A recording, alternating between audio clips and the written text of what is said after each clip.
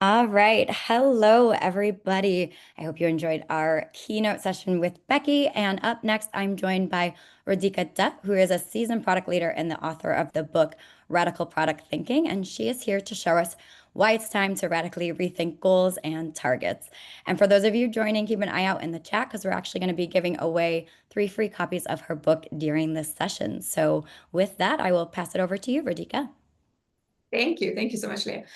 Um, I'm thrilled to be here. And true to the name, we are going to be talking about radical things. And in fact, it's not just radical, this is going to be downright blasphemous because goals and OKRs have really become a religion, right? We don't question whether goal setting works. We've heard, goals, OKRs, this is how you build good businesses. This is how you grow. And we haven't really questioned those ideas. And because it's become such a religion, I want to share these blasphemous thoughts. And by the way, what you're getting here is a sneak preview to the next book that I'm working on about exactly this topic. So let's get started. So here's my blasphemous idea around this book. And the blasphemous idea is that goals and targets, or OKRs, they work about as well as duct tape on foundational cracks. Which means not very well at all. And it is time for a radical rethink. So let's talk about what I mean by that, right? And what I'm really saying is, whatever you want to call it, it's not just OKRs, whether it's SMART goals, targets, KPIs, it's the same idea with a different label. And what I'm saying is, those don't work well. And I'm not just criticizing goals and OKRs.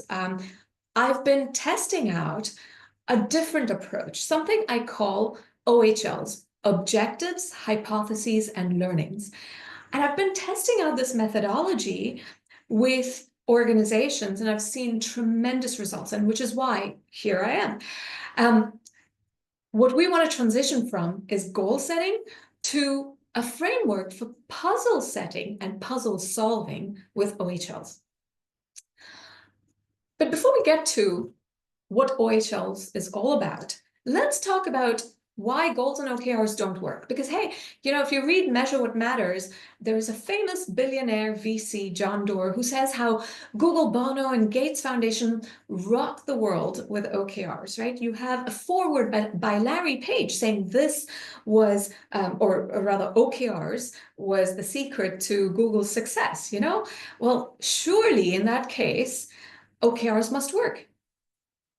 But this is why I want to take some of those same examples. I want to take those examples of Google and Gates Foundation, and let's see how have they actually played out.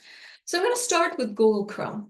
And I want to start with this because in a TED Talk, John Doerr talked about how these are, fantastic OKR examples from Google Chrome, because it was Sundar Pichai who was heading up product for Google Chrome at the time, and he came up with these great OKRs. That's how John Doerr describes it. So they had a 3-year objective, and the objective was build the best web browser.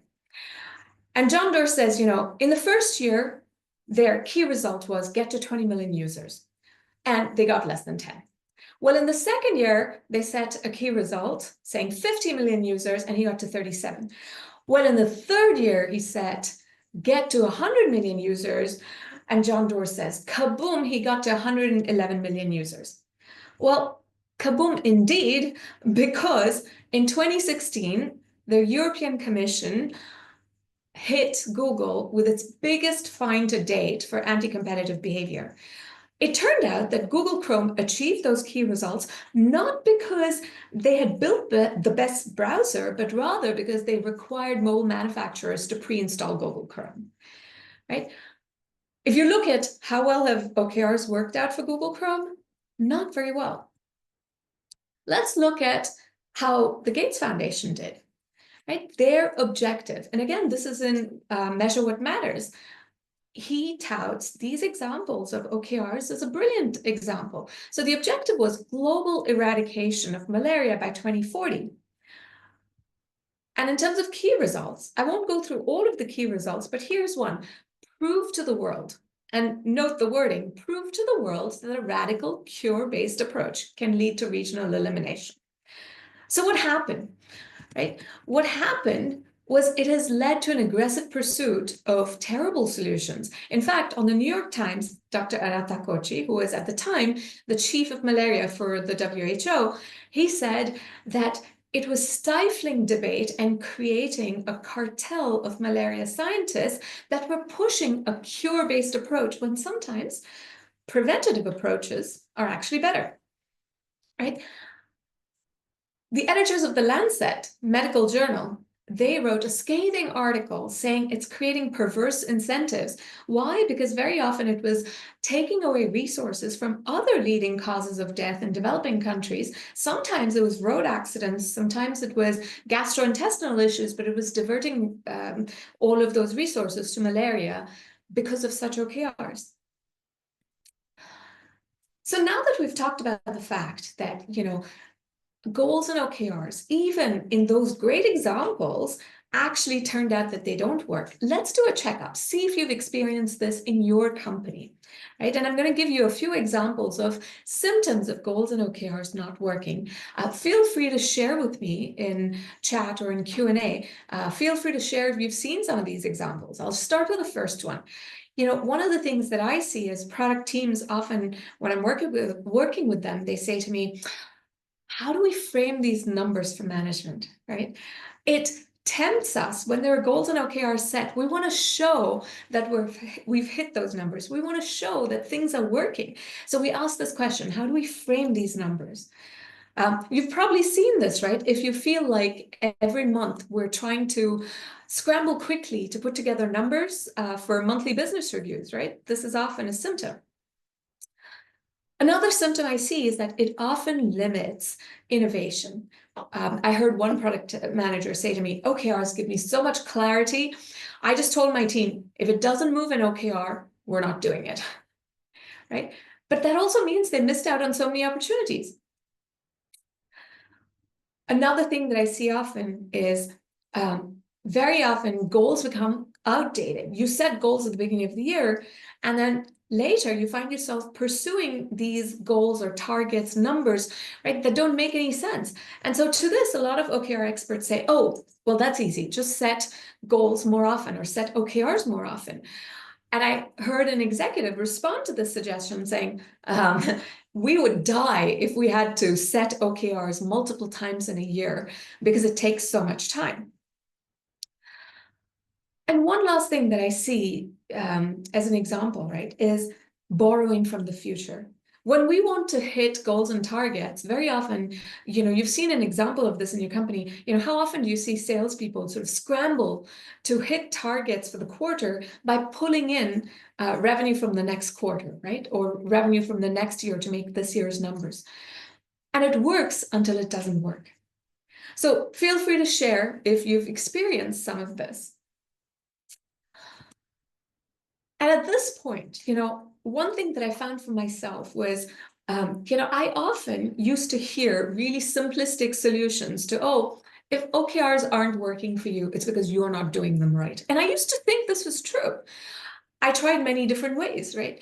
But this is what I've learned. If you're questioning yourself and saying, maybe OKRs don't work for us because we're doing them wrong, it's not you, it's the system. And this is why we have to question the system and rethink it.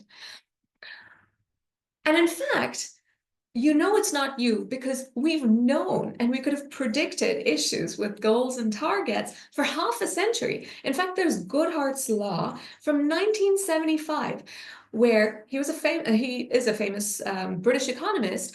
And, Goodhart's law says when a measure becomes a target, it ceases to be a good measure. There's Campbell's law from anthropology. Again, we've known this for almost 50 years. And in anthropology, what he figured out was the more a given metric is used to evaluate performance, the more likely it is to be gamed and the less reliable it is as a measure of success, right? We've known this in economics and anthropology. We've known this for half a century, and yet we aren't doing something different. And to which, you can say, okay, well, we know what we shouldn't do. We know Goodhart's law now and Campbell's law. We know what doesn't work. But what do I do instead? How should I measure, right? And for this, I want to introduce you to Dutt's law. I think there's a special place in hell for people who name laws after themselves. But hey, if Goodhart and Campbell can do it, here goes Dutt's law. Let's make this a thing, people. Post about this on LinkedIn afterwards. This is Dutt's law, right?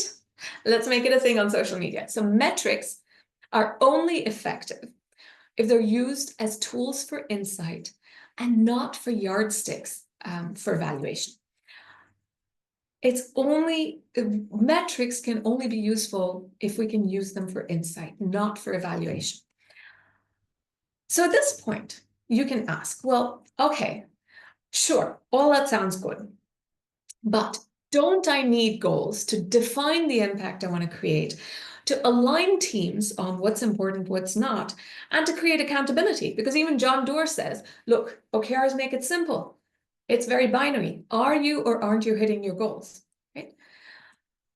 And so my answer to this is yes, yes, and yes. We need to define the impact. We need to align teams. We need accountability, but OKRs are not the way to do it.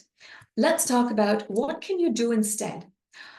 What I've found is, and this is why I say OKRs work about as well as duct tape on foundational cracks. When you find that you're lacking clarity around the impact you want to create, when you feel like you need OKRs for it, it's because typically vision statements are useless. Let's look at the kind of vision statements we have. Here's the example. Here's one example. We'll aspire to be the best in aerospace and an enduring global industrial champion. You guessed it. If you guessed, this is Boeing's vision. What does being the best in aerospace mean? Are you measuring it by revenues, market share, shareholder returns, right? Anything goes. Here's another example of a vision: contributing to human progress by empowering people to express themselves. Express themselves. Interesting. This could be a fashion brand, right? But this is actually Snapchat's vision. And we learn from this, and then we write vision statements like this. This used to be the vision statement, reinvent warehousing, at a company that I worked at. And I've made the same mistake, by the way. In fact, in my first startup, our vision was revolutionizing wireless. And if you ask me what that meant, 25 years later, I still don't know what we really meant by that, right? So what you need instead is not to patch that with goals and OKRs, but rather, this is where I want to introduce one concept from radical product thinking. It is how to write a really good vision statement. And Radical Product Thinking, which was my first book, by the way, that's a book that helps you with a systematic process for building world-changing products. And so to focus on what it means to write a radical vision statement, it means that we can fix these bullshit vision statements and write what is real. So here's an example I'm going to read out of a vision statement, and you'll see what I mean by clarity. The vision would go, today when amateur wine drinkers want to find wines that they're likely to like and learn about wine along the way, they have to find attractive looking wine labels or find wines that are on sale. This is unacceptable because it leads to so many disappointments, and it's hard to learn about wine in this way. We envision a world where finding wines you like is as easy as finding movies you like on Netflix. We're bringing about this world through a recommendations algorithm that matches wines to your taste and an operational setup that delivers these wines to your door. Now, this is a radical vision because I hadn't told you anything about the startup that I had, right? And hopefully, after reading such a vision, you knew exactly what we were doing and why we were doing it. So this is what you can use to define your vision so that you don't focus on fluffy words like being the best, right? Or reinventing and revolutionizing things. You're focusing on a problem statement, whose problem it is, what their current solution is, why does it need to be solved? Because maybe it doesn't. Then you can talk about the end state you envision, and finally, how you're going to bring it about. Okay, so now we've done number one. We've defined the impact, right? But how about the other two? We still need to align teams. We need to create accountability. How are we going to do that? Don't we need OKRs for that? Now, this is where I want to introduce you to OHLs and this mentality of puzzle solving, puzzle setting and puzzle solving. And I want to show you why this is so powerful and how we achieved amazing business results by doing that. So the example that I want to share with you is that of Signal Ocean. And in fact, I'm actually in Greece right now because I'm here at Signal this week. So Signal is a company that I've been consulting for about 2 years now. And the best way to describe what the company does is they're a data platform company. So they have really accurate data that helps the various companies or various parties in the maritime industry, in the shipping industry, match shipping vessels to cargoes. So they provide the best data for matching shipping vessels to cargoes. And so when I came to the company about 2 years ago for consulting, it's because the CEO brought me in, and the CEO had introduced OKRs to drive performance. Because in 2023, sales had stalled and usage had stagnated. And the OKRs I saw were the typical OKRs you would see in a company. So it was increase ARR to X million, increase weekly active users by Y percentage, right? Increase various engagement stats. And when I came in, what I found was that it was really triggering this very left brain focus, this completely analytical focus. And what I found was that, even when I would ask the team, how's the product doing? Tell me about the product, what's working? I would hear often a lot of stats, like here's our number of weekly active users, growth, here's the new tabs we've created, how number of platforms, research, blah, blah. I would often hear things in stats. And we were often, really working hard to achieve numbers. But what I found was, right, the reality wasn't changing. We were speaking in stats, we were achieving numbers, but the reality hadn't really changed, that the sales and usage had still stalled. So I realized that we needed a different mindset. It wasn't just about pursuing numbers. We needed to think differently. And so we shifted to this OHL's approach, what I call objectives, hypotheses, and learnings, to set a puzzle. And I want to show you an example of a puzzle we set for one specific product within Signal. So the example I'm going to use is the mobile app, right? And so here's the puzzle for the mobile app. We started with a problem statement. So the problem statement is, many of our customers, they're using mostly our desktop, but they're not using the mobile app. And so we had some guiding questions around this. Why might that be? Is it that they don't know about the mobile app? Are we not giving them the right functionality? How might we increase adoption and stickiness, right? And so the puzzle was, how can we solve these things to figure out how do we make Signal the platform that our users turn to even when they're on the go? And so this triggered more of this imagination network, or the right brain, as we call colloquially, right?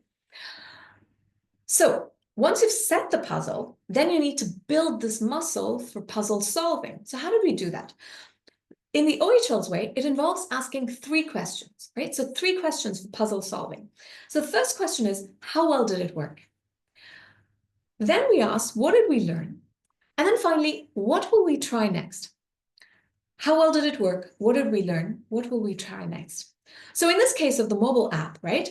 And I'll give you the mobile app example. We could set a hypothesis and then test leading and lagging indicators. So basically the hypothesis is, if I try this experiment, then this is what I expect because this is the connection. And then I would test that hypothesis. In terms of what we learned, by the way, this was the mindset shift where I said to the team, we don't want to just start to spit out numbers in this column. We really want to tell a story. Let's look at all of those numbers and then tell a story in terms of what have we learned. And then this final question, which to me is the aha moment, which is, if I were to give you a magic wand, based on how well it worked and what did we learn, what will you try next? So if you had a magic wand, what would you try? And so the first question triggers the left brain, and then the second two really trigger our problem-solving abilities. So we're really using our whole brain in this. So let's go back to this mobile landing page example and talk about how well did it work. So what we learned was a few of the personas that we're targeting, they were indeed using the same features as the desktop. What we discovered was most of our users, they were actually using very different features on the app, right? So our mobile app wasn't there working that well because it wasn't really it wasn't optimized for all of these other functions. We were assuming that, it's the same set of features that they're using from the desktop. So what did we learn? So the product manager, she really analyzed all of this data, and instead of spitting out data, she came up with this brilliant analysis. She shared with me, here are all the top questions that the users have in mind. And so she listed all of these questions based on the data. She figured out, what are they thinking about? What are their questions? And so here's one example of a question. Question number 3 that they had in their heads was, when will my vessel arrive at this particular port? So she figured out from all of the data how they're thinking. And then in terms of what will we try next, right? Here was the aha moment that I saw where she figured out a whole new wireframe that she wanted to test so that it could make it much easier to answer these questions. And then now that she knew exactly what people were going to the app for, she knew where we could make usability changes so that it would be the most valuable, right? And so this is how we started solving the puzzle. Now imagine every part of Signal as a platform where we started applying this, right? We started doing learning meetings where we started to focus on these questions of what have we learned? How well is it working? What have we learned? What will we try next? So we had these learning meetings that we started to set up. Even in our monthly business reviews, we started presenting information in this same format. When we did design sprints, we started thinking about puzzles we were solving and started sharing information as what have we learned and what will we do next based on, how well things are working, how well things work that we tried. Right, so we started using this mindset across the whole company, and we built this puzzle setting and puzzle solving mindset. And what was amazing to me was this started working much better than OKRs, just better than we ever expected with OKRs. It was the puzzle setting and puzzle solving mindset that really drove results. So remember how I had said sales had stalled in 2013? Well, sales doubled in 2024 and again in 2025. And customer churn reduced from 26% to 4%, right? So we were seeing amazing results, and we weren't even just chasing these numbers, we were chasing puzzles and solving puzzles. And the CEO shared a quote that I thought was just so insightful. He said, OHLs, they give you ears on the ground. It's like putting your ears on the railway track, and it makes measurement actionable, whereas if you look at OKRs, it used to be like the view from the rear view mirror. You either know in the past that you hit a target or you didn't, but measurement was less actionable overall. And so I want to summarize everything that we talked about in the last 20 minutes, right? Don't set targets. This is what we learned from Goodhart and Campbell, because when you set targets, you're just giving high marks for shit. And that feels soul-sucking to people.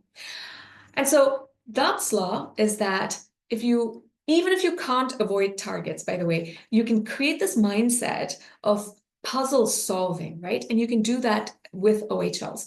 So even if you're an individual contributor, you can build this mindset of puzzle setting and puzzle solving so that your work doesn't feel soul-sucking. And here at Signal, for example, we slowly transitioned from doing OKRs for the product team.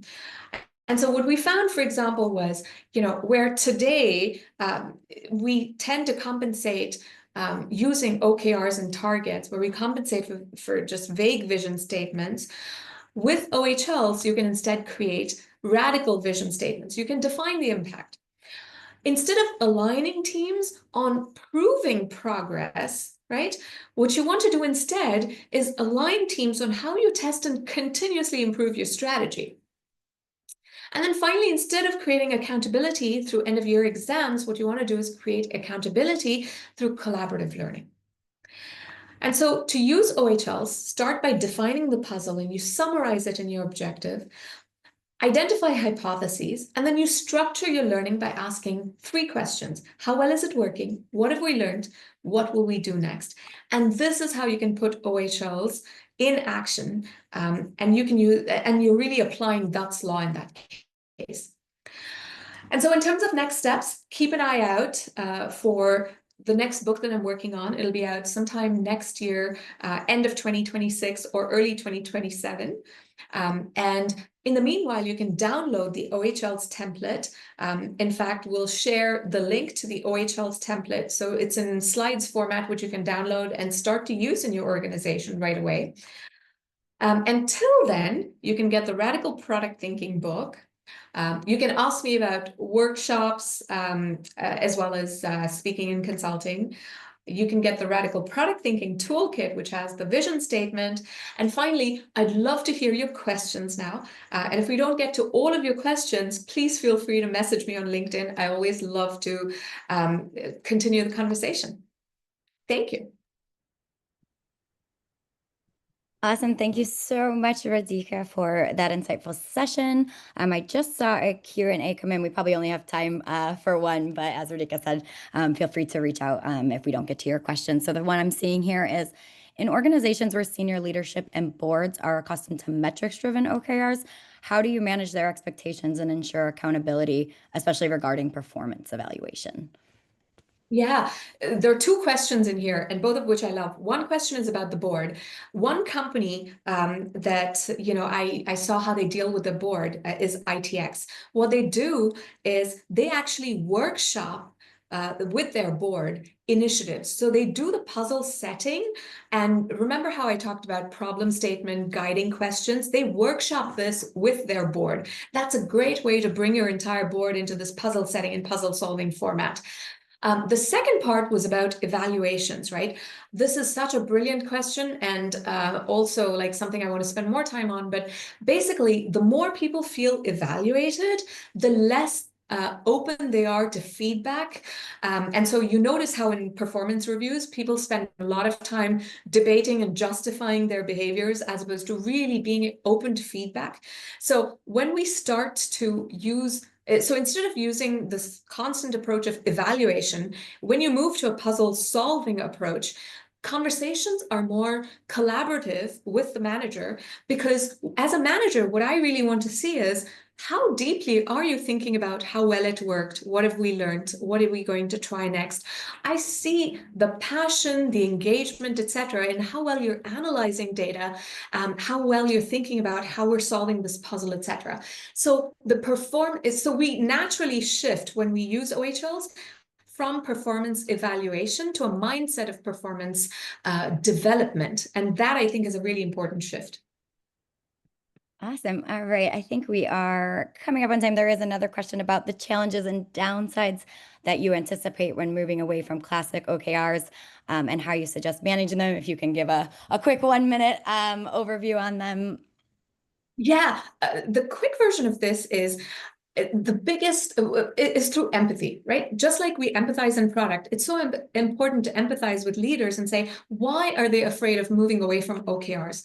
And the answer to that is, typically for leaders, it's the devil I know. So even if, you tell me there are downsides to OKRs, it's hard to transition unless I know that my team is going to be rigorous about measurement, that they're going to take this puzzle solving approach. So here's my suggestion for everyone. Sometimes the best proof is in starting to use puzzle solving. Start to use OHLs and start to communicate in this way. So if you're a leader or if you're a team, if you're a leader, you can start to role model it. If you're a product team, you can start to use this approach to be able to communicate. First try it in private, in one-on-ones, so that you build this puzzle solving mindset. Then you do it in public and you use it in larger groups. But you start to build this mindset slowly, and you slowly ease away the fears of, oh, do I lose control if I move away from OKRs? Okay. All right, awesome. I think that takes us to time. Thank you so much, Radhika, for sharing and sparking such a powerful rethink on goals and OKRs. And thank you to everybody who's joining and participated with your questions and your engagement in the chat. I hope you enjoy the rest of Accelerate, and I'll see you at the next session. Thanks, everyone. Thanks, everybody.